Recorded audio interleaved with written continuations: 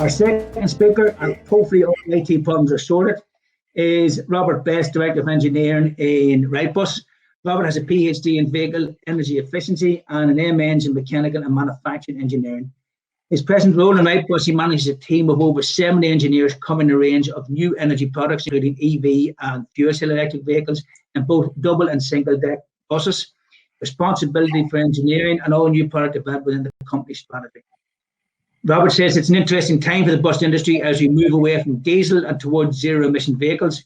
He's happy to build on his experience working in energy efficiency with clean diesel and helping the industry both in the UK and abroad. We've worked with Robert in the past with our Hazel project, looking at how we build that network of projects across the 4 sectors of production, use, sustainability and safety of hydrogen, and using that green hydrogen transition to smart hydrogen. Robert, over to yourself. Many thanks. Thank you. Good morning, everyone. I don't think I need to say too much more about myself. I think that was a great introduction. So I'll cover a little bit about the history of Wrightbus. So we were founded in 1946, and we are based in Ballymena here in Northern Ireland. We're a global multi-award-winning brand with sales in the UK, Europe, Asia, South and North America. We are the UK's leading independent supplier of low-floor accessible buses and pioneering lightweight aluminium bodywork with over 70 years experience. And on top of the 70 years experience of building vehicles, we have over 20 years experience producing low and zero emission buses, in hybrid electric vehicles, and obviously the topic for today, the hydrogen fuel cell product, as well as the new bus for London hybrid vehicle with 1,000 off operating in London today. But a strange change in direction in 2019, whenever we were acquired by the Bamford family, who also own JCB. And we also have a research facility based in Belfast with a collection of PhD and postdoctoral researchers, all working on bus technology. And as of today, we're a little bit north of 650 workers. I think we're closer to 700 here at this point. So I'll cover a little bit of our zero emission and low emission product history. So we actually built our first electric bus in 1999. That then was followed quite quickly afterwards by our first hybrid single deck, followed then by our first hybrid double deck in 2006. And then in 2008, we launched our first fuel cell single deck product, which we're operating in London until very recently. I'll cover more of those later in the presentation. We also have our parallel hybrid streetcar in Las Vegas, induction charging EVs in Milton Keynes, and then we have overnight charging EV buses operating in Edinburgh. We then launched our double deck fuel cell product, what we now refer to as our Mark Zero fuel cell bus in 2019. That has since been upgraded and modified, as I'll cover later, and those are the vehicles that were mentioned earlier that are currently operating in Translink in Belfast, and also Aberdeen, in London and in Birmingham at this point.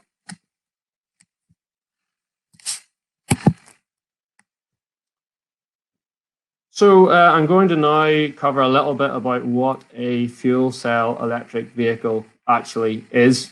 So a fuel cell electric bus is exactly that. It's an electric bus, very similar to what a hybrid vehicle would have been of old, a diesel hybrid, only instead of having the diesel engine, you have the fuel cell.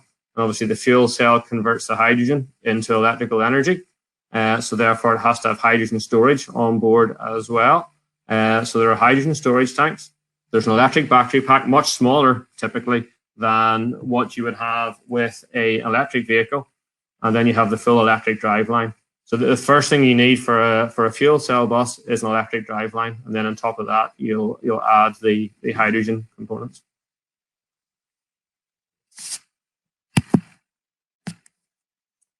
So fuel cells themselves, I'm sure many of you on this call will be fully aware of what a fuel cell does, but in case any of you aren't sure, the fuel cell combines hydrogen fuel and oxygen from the air to produce electrical energy efficiently, quietly, and reliably. The only byproducts are water and heat. So the water is released onto the road, and then the heat is used to heat the vehicle as and when required. So there's no combustion, which means you don't get the same noise, vibration, and harshness that you get off diesel products. The only noise you really get from the fuel cell is the air compressor that's used within it, and which is significantly quieter than your standard air compressor on a vehicle. And when it comes to servicing, there's significantly less to do than there would be with a diesel platform. So there is with the current generation fuel cells, there is a program of refurbishment that occurs once every year, which involves a small amount of material being changed within the fuel cell. Going forward to the next generation fuel cell, that interval actually changes to 2 years. And going forward from them, we believe that it'll probably end up at around about the 5-year mark by about the year 2030. We also believe that the price of fuel cells themselves will be down to roughly the same price as a diesel engine by around 2025, based on current volume predictions and how the market's going to accelerate.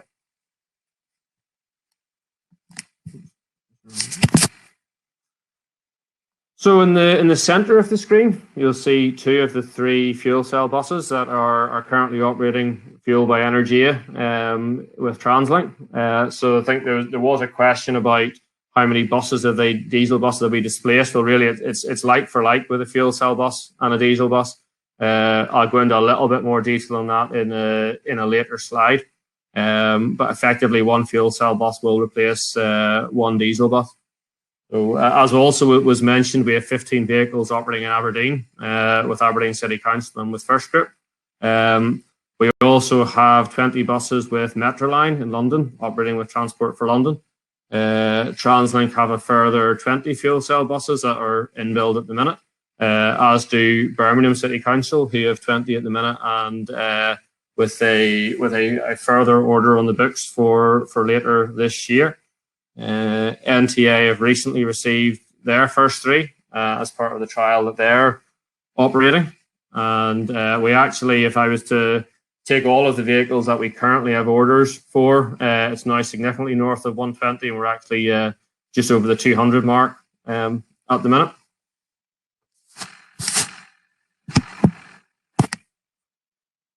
So this diagram that you can see on the screen covers a little bit about what is our Mark I fuel cell bus. So it was built off the demonstrator vehicle that we showed earlier, but with a significant upgrades to the electrical system to try and remove some of the bottlenecks, so as it could get closer to diesel replacement product.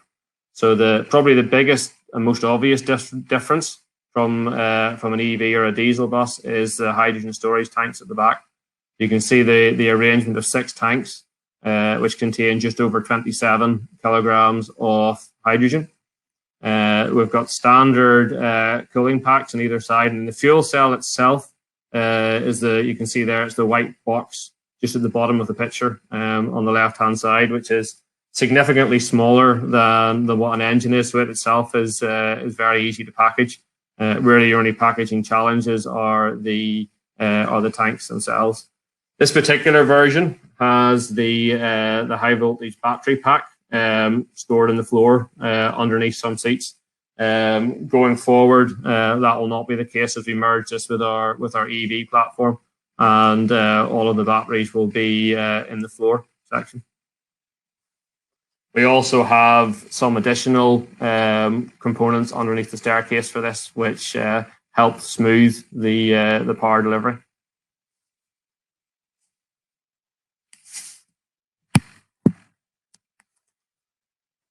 So as I mentioned earlier on, we had a fleet of 8 fuel cell single deck vehicles actually entered service in 2008, not the 2011 that it says on the slide.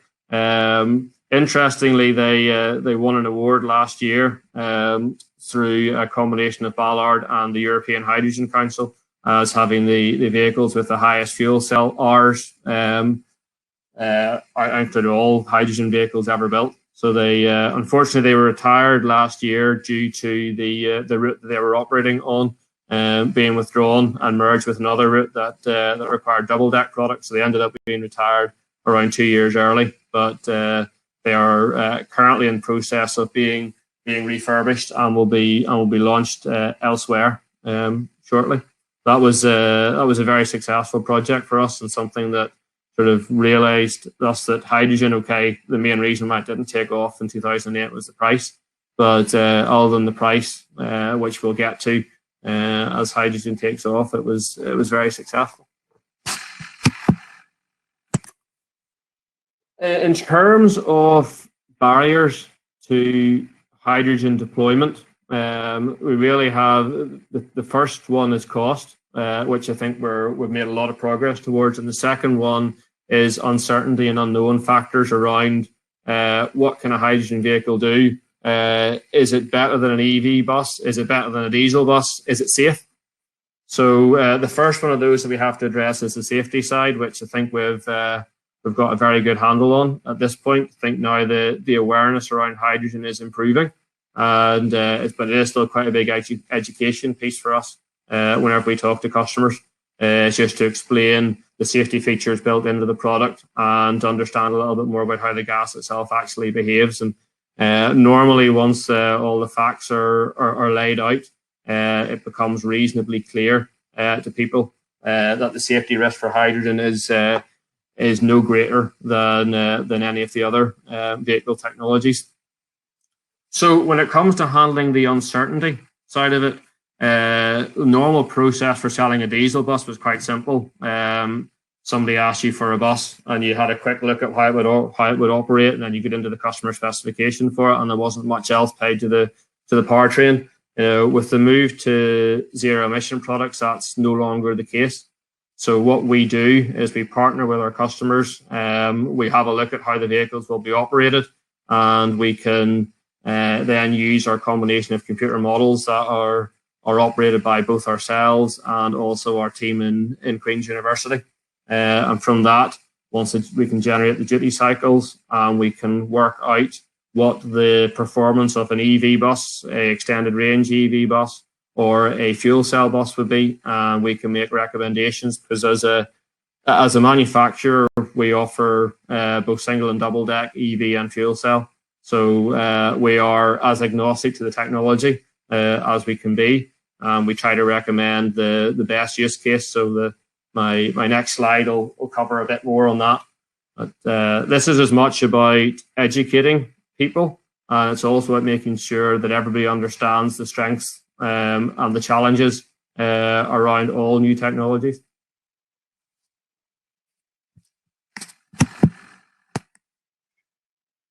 So one of the topics that everybody ends up going towards when they talk about new energy is the range of a vehicle. So if you have a look at the graph on the screen, you'll see that the first yellow box there is our double deck EV standard range. The next box below it is the extended range version of it. So if you just in very simple terms, if you think about this in terms of mileage, obviously it's very route dependent, passenger loading dependent, but if you think of an EV standard range bus as give or take 150 miles, the larger EV range is about 200 miles. If you go to today's fuel cell bus, based on the data that we have from Aberdeen, they're currently capable of doing more than 300 miles. So in terms of range, they are pretty much there today versus a diesel product.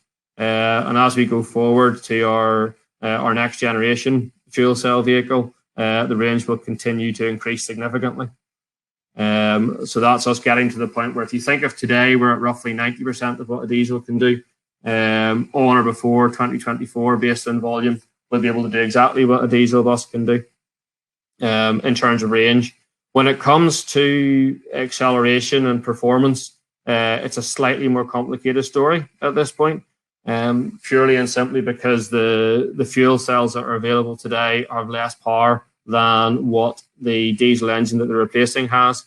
Therefore, that's why you need a battery pack to be able to add the additional power to the fuel cell whenever you're accelerating.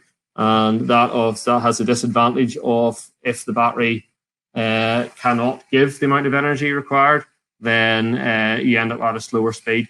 So the current technology of today is perfect for city centre use, but isn't particularly well suited to coaches that have to travel at, for example, 60 miles an hour for several hours at a time, maybe even more than that. So going forward, we'll be looking at ever increasing sizes of fuel cells and trying to get to the point where we don't actually need the battery technology.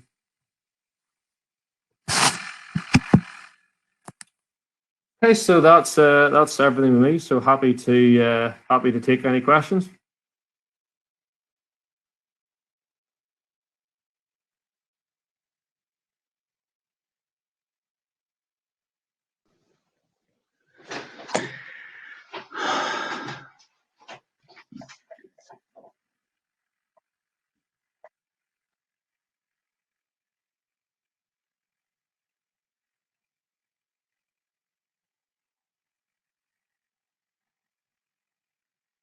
Robert, can you hear me?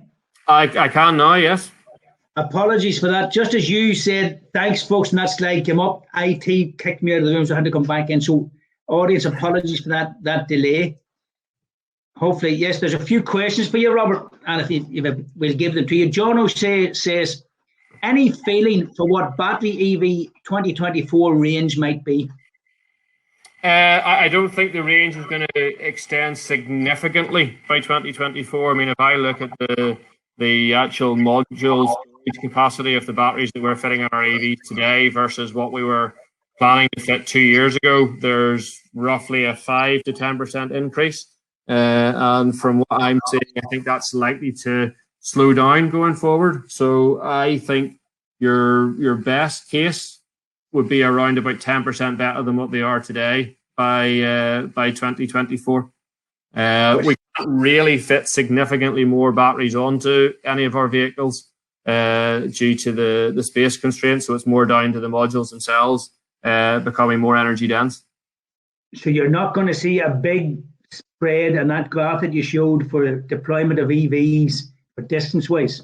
Not by 2024. The only thing that will make a big difference there, Paul, would be if there's a new battery technology that obviously there's lots of money, lots of research being spent into it. So it will require an evolutionary shift in battery technology, which if it happens, it's not likely to happen and be commercially available inside 3 years. Excellent. A question from Einar Johnson. Have you considered to use green hydrogen as a fuel for internal combustion engines instead of gasoline or diesel as an alternative to the fuel cells?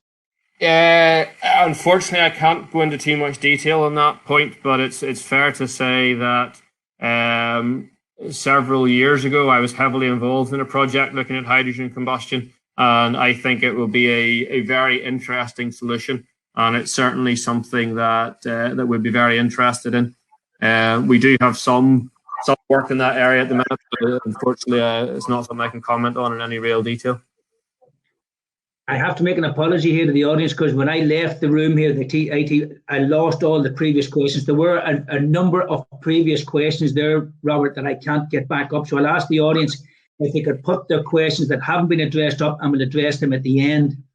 But there's a question there also from Angus Block. Any thoughts on Scania ditching their hydrogen project in favour of EVs only? I think there's a bit of a background to that, and that included also, it wasn't just a strategic decision from Scania, it was also to do with some of their expertise moving at that time. It's always going to be an interesting debate. EV is there today. It's the incumbent technology for zero emission, but EV is not a straight diesel replacement, and it requires people to operate differently, different mindsets. So you have to change people and how they think to do a full switch to EV, and that's always a very difficult challenge. But that doesn't mean that EV doesn't have its uses. I mean, there are certainly a great number of uses where EV vehicles, EV buses make a lot of sense. today, whenever the cost of hydrogen fuel itself is still a little bit more expensive than we would like, and the cost of the vehicles are a little bit more expensive than we would like. But going forward, if those two issues are addressed, which we believe they will be, then we can see a shift towards hydrogen being more popular in the bus industry than EV is. But for today, EV is going to take the lion's share, and moving forward, we see that shifting, and we see it being roughly 50-50 for a period, and then as things stand, we expect fuel cells to become more prevalent beyond that. It comes back to a point that Mark raised earlier. It's a hybrid solution for different needs and different uses that has to overcome how easy fossil fuel was for everything. But those are some of the changes you have to make that you talked about there, Robert. James Murray asks, Robert, what are the gaps in the supply chain and what do we need to do to help speed up the transition? Sure. To be honest, we don't really see gaps. We actually are nearly one of the biggest challenges we have is selecting suppliers rather than seeing gaps. The biggest issue that we have is there are quite a few players coming onto the market, and that actually isn't necessarily helpful in some ways, because what you want to do is select your partners and build volume with them. Get the cost base down quickly, which is something that certainly that our owners in combination with JCB are doing a lot of work on at the minute. We're already reaping the benefits of that. But basically, mass adoption depends on the price point being right, but then the price point depends on volume. So there's an element of chicken and egg around that, but we're certainly making a lot of progress in that area. But the supply chain in the UK is good. We are in the process of trying to make it better. Be our goals to vertically integrate our company a little bit more going forward, so that some of the things that we're buying in we'll be making ourselves going forward. So that's probably our method of addressing the supply chain and helping us getting the cost base down. One final question. It's a nice, easy question just to finish off this stage, but don't forget, folks, we'll address the rest of the questions in our main Q&A at the end. Our audience of over 180 registered and 100 online currently are drawn from all over the world. We always have members from the US and right across to Australia. But it's great to see a fellow Newryman asking a question. Paddy Larkin works with Northern Ireland Water. Paddy asks, Robert, how does the purchase price of a diesel EV and FCEV compare, and how is this expected to change? Well, what I can tell you on that is that currently a fuel cell bus is more expensive than an EV bus, which is in turn is more expensive than a diesel bus. Based on our strategic agreements with our customers, the fuel cell bus will be roughly the same price as the EV bus within the next 12 to 18 months. Beyond that, we see battery prices remaining relatively constant going forward, whereas we see the point on the curve where fuel cell sits is much earlier development-wise. We see the fuel cell vehicle continuing to get cheaper. So we see the fuel cell bus being 10 to 20% cheaper than the EV bus in and around 5 years' time. Will it ever get to the price of the diesel bus? Personally, I don't think so. Others have the opinion that it will. But there are other savings other than just price points with the emissions and everything else to take into account in the overall cost, Robert. Total cost of ownership is much more interesting, yes, but total cost of ownership is starting to make an impact with customers, but at the end of the day, they'll have their own methods for calculating total cost of ownership, and you can only do so much educating around that topic. And at the end of the day, it will come down to their own experience of what it physically costs them to operate a bus, which is why you're going to see many trials of new technologies, first of all, so people can dip their toe in the water and see how it really feels to them. And that's one area where hydrogen is behind EV, purely because EV's been available for much longer than fuel cell has been. And to be honest, the biggest barrier of all is the availability of hydrogen today. That has to be improved significantly before any larger deployment can take place. Excellent. Robert, many thanks. And we'll come back to you later on, folks, in the main Q&A section. Just before we head to our next speaker, I'd like to highlight to you in the chat, as we said, we have the GenCom team and others sitting in the wings. And you'll see there, Angus asked a question about Scania. Robert answered it live in the presentation. but there's also other information come from Dr. Bodo Gross, our EATSIS partner in Germany. So we want to show it's a really interactive webinar. Don't be afraid to put questions up there and others will address them. And we'll carry that message as we move forward and share that with you. Robert, many thanks indeed.